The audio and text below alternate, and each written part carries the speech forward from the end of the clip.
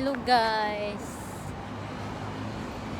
pupunta ako ng hospital para humingi ng resita ng doktor para sa akin maintenance na gamot sa high blood. Ang hirap ng nagkaedad na, ang dami ng naglabasang sakit.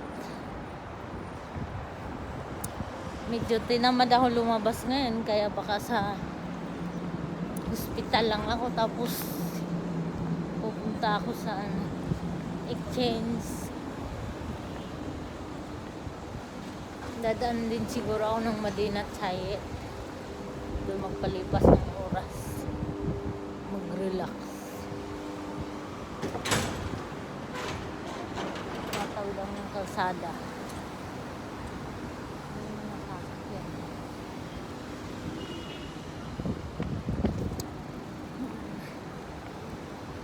Nilalakad ko lang yung hospital kasi malapit lang, kaya mas gusto ko nga rin itong hospital dito kasi hindi ko na kailangan mamasahe papunta. Tsaka kilala na ako nung mga doktor. Paano naman kasi every month nasa hospital ako kaya yung record ko sa kanila puno na yung logbook nila sa record ko, dahil every month nagpupunta ako sa kanila pa check up. Kaya yung health insurance ko solid yung gamit kaya tumaas din yung bayad ng insurance ko dahil nga talagang sulit yung gamit.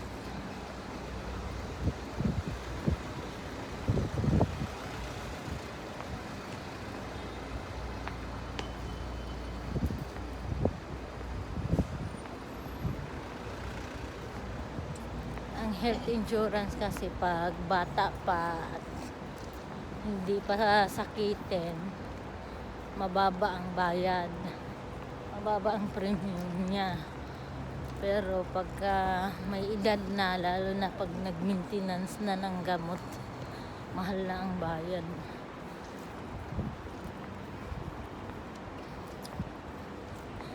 Kaya ayun, ito ang gusto ko sa bansang ito dahil yung maganda yung health insurance nila compare sa Pinas. Kasi sa Pinas, yung PhilHealth, naghulog ako ng 10 taon, never ko nagamit. Kasi magagamit mo lang pag nakaratay ka sa hospital. Dito yung insurance nila dito, kahit check up nagagamit mo. Tapos yung bayad sa doktor, yung basic insurance ko 30% lang ng total amount ang binabayaran ko, pati yung sa pambili ng gamot 70% sagot ng insurance company. Kaya ito ang gusto ko dito, yung maganda yung insurance nila compared sa insurance sa Pinas. Yun nga rin ang isang dahilan kung bakit ayaw ko pa umuwi ng Pinas dahil pag nagkasakit ka sa Pinas, ang hirap makabili ng gamot at makapunta ng doktor, lalo na kung wala kang pera, wala kang maipambayad sa doktor at pambili ng gamot. Yung iba kaya nga magugulat ka na lang namatay bigla dahil may sakit na pala, hindi nakapagpa-check up dahil nga sa kawalan ng pera at sa mahal ng mga gamot, walang budget. Kaya ayun,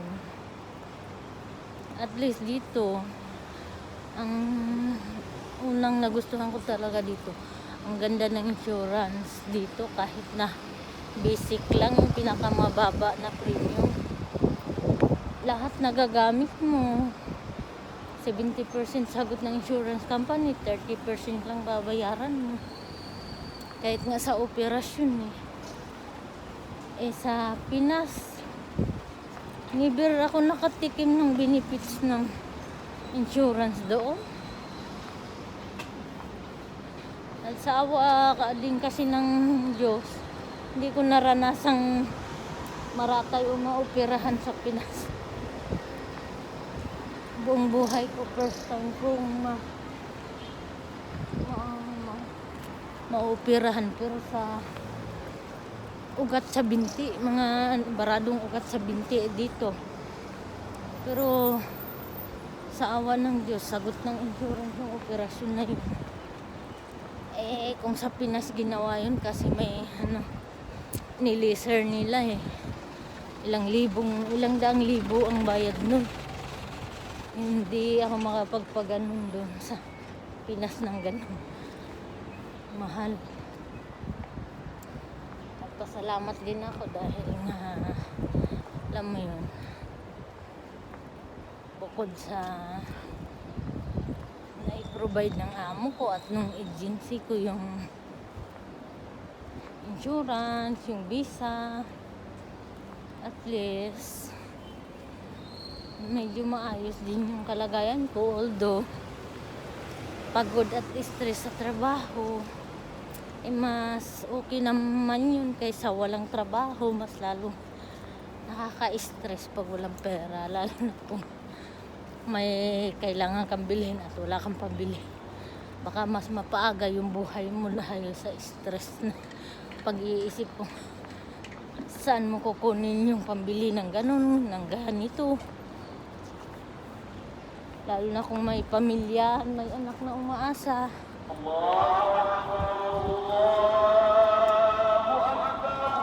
Ako nga, kahit wala akong pamilya, wala akong anak na sinusuportahan ayaw kong matingga. Ayaw ko yung yung mas lalo akong nai-stress pag yung alam mo yung may gusto kong bilhin na hindi ko mabili dahil wala akong pera. Although hindi naman ako magastos, hindi naman ako bulagsak sa pera, yung mga gamit ko hanggat pwede ka pang gamitin, hindi ko binibili. Pero alam mo yung mga importanteng bagay na kailangan ko, tapos wala akong pambili. Doon ako nai-stress. Dito naman sa trabaho ko, hindi ako stress dahil sa ganung bagay. Stress sa trabaho, pagod, ganun. At yung mga batang alaga ko na, alam mo yung mga makulit, pasaway. Kailangan lang talaga tiyaga. Kasi wala namang mangyayari sa'yo kung hindi ka magtiyaga. Kung tutunganga ka lang, mamamatay ng dilat sa gutom. Saka ayaw kong makadagdag sa hihingi na ayuda sa government ng Pinas. Mas gusto ko pang makatulong na umunlad yung Pilipinas kaysa maging pabigat sa bansa. Yun lang guys, ang gusto kong i-share sa inyo. Ito, malapit na ako sa hospital.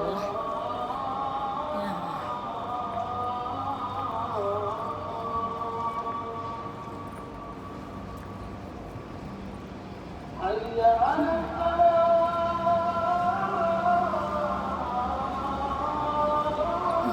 Bye-bye muna. See you later. Andito yung unang building ng NNC. Andito na yung pharmacy. Pero doon ako sa third building. Doon ako sa third building magpa-check up kasi walang ganang tao. Saka mas mabilis doon. Yun lang guys. Bye muna.